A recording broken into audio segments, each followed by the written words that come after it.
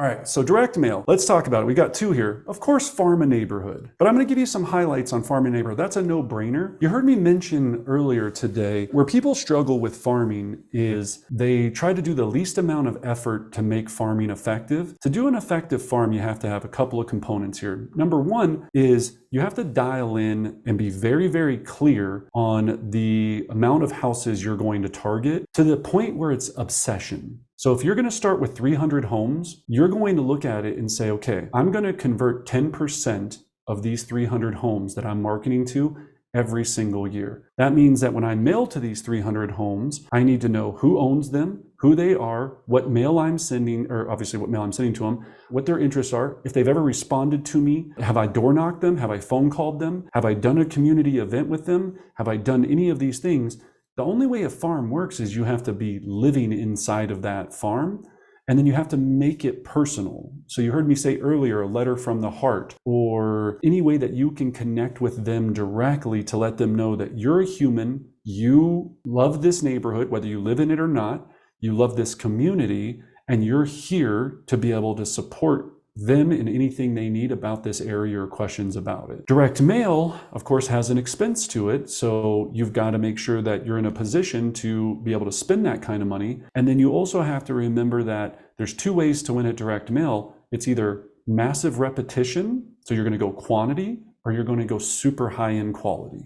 If you're going to go super high-end quality, so let's say that you live, like my neighborhood is a gated golf course country club neighborhood. People are very, very uppity here and they're a type of way. If I send them a cheap postcard every 2 weeks, I'm not going to get much traction here. They're just not. So I have to figure out, okay, am I going to send a luxury magazine? Am I going to send something that's going to interest them in their world that is going to feature me without me trying to sell myself? What's that value that they're going to get out of it? My success in farming is when I first started in business, I focused on condo buildings, high-rise condo buildings in Cap Hill here in Colorado. And I loved these buildings because they had 400 units in them or whatever it was. And I could market to the building with postcards, with just sold, just listed postcards over and over and over again, to the point that the building thought I was the authority. And when you get into that rhythm, they thought I was an authority on that building because anytime a listing popped up in that neighborhood, I would send a just listed card for that property, even though it wasn't mine.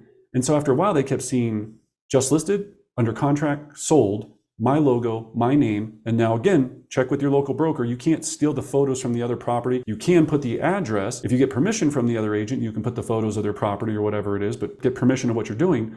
But eventually the building just kept seeing Brendan and this building.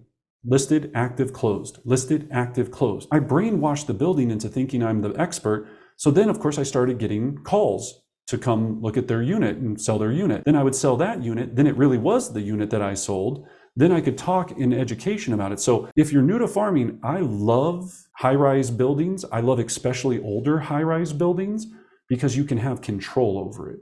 And you don't have to live in the building. No one cares. It's tough to get into farming a neighborhood at times if you don't live in that neighborhood. And then sometimes in our heads, we get opposed because we think somebody already is the dominant force in that neighborhood. Whoever you think is dominating your neighborhood, let me tell you, half that neighborhood hates that person because they heard a story from someone in the neighborhood about Susie screwed somebody on commission or she didn't get any buyers for the house. People talk. So never think that somebody has domination over anything. Just because they market a lot doesn't mean anybody likes them. And even the best farmers only have 10% market share. My favorite one, and if you just do the one thing, that's why I ended with this one, unsolicited CMAs to your database. If you were going to mail anything today, if you were going to spend $1 on postage or 50 cents on postage, mail a CMA, a comparative market analysis, to someone in your database that owns a home. Do it every day, 5 days a week, with a pretty CMA, whether you're using, we use Cloud CMA, but if you're doing it manually, whatever it is, if you need to learn how to do a CMA, we have a CMA course that you can check out. We have a video on it. You can do whatever you want for free. You can go on YouTube and search how do you make great CMAs, whatever you want to do. There's ways to do this. I would print out a beautiful CMA and I would put it in a nice little envelope, whether you have your own custom ones or not. Don't get over analytical, just put it in an envelope. And I would have a handwritten note in there that says, Amy, hope you're doing well. Hope you and kids are great, blah, blah, blah. Just wanted to provide you an update on your current home's value as the market's changing drastically. If you have any questions, please review the information and feel free to give me a call. Your friend, B Dizzle. right? Whatever, right? Kindly Brendan. You do this 5 times a week, right?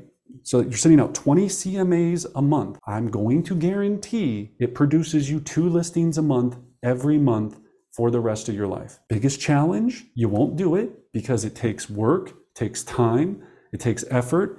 And agents in our mind, we hate doing CMAs. We hate them because they make us terrified and nervous because we don't do enough of them. So every time we do one, it takes us 3 hours, which is also a problem. You should be able to do a very, very good CMA 10 to 15 minutes tops. 10 to 15 minutes tops. If you're using Cloud CMA, the technology makes it so much easier. You could do it in probably 5. It's the handwritten note that's so critical. Don't sell yourself. If you have any interest in selling, give me a call. No, no, no, no. The market's shifting drastically.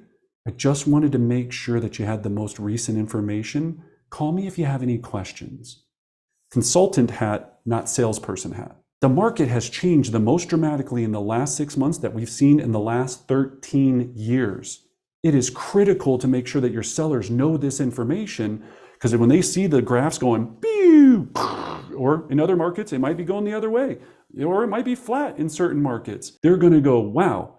Then the next thing is, depending on how many people are in your database, do one every quarter or every 6 months or once a year minimum, and have that updated in your database. This is a game changer. Now you can also, people always ask, can I do it via email? Absolutely, but it takes away the feeling. It takes away, it won't sit on their coffee table. Remember the movie Inception, we're planting a bug in their mind when they see this on the table going, market's changing. Man, I know we were talking about moving closer to mom down in Arkansas. She's getting older. Maybe we should do this sooner because we could lose. It looks like the market's taking a dive. If we don't get out now, how much further is it going to go and how much more money could we lose? Right? We've got to get that nailed down. So if it sits on the coffee table, they can feel it, they can touch it, they can discuss it, they can see it. It plants that little seed that starts to spin inside their head that leads to you listing their home and getting them where they want to go.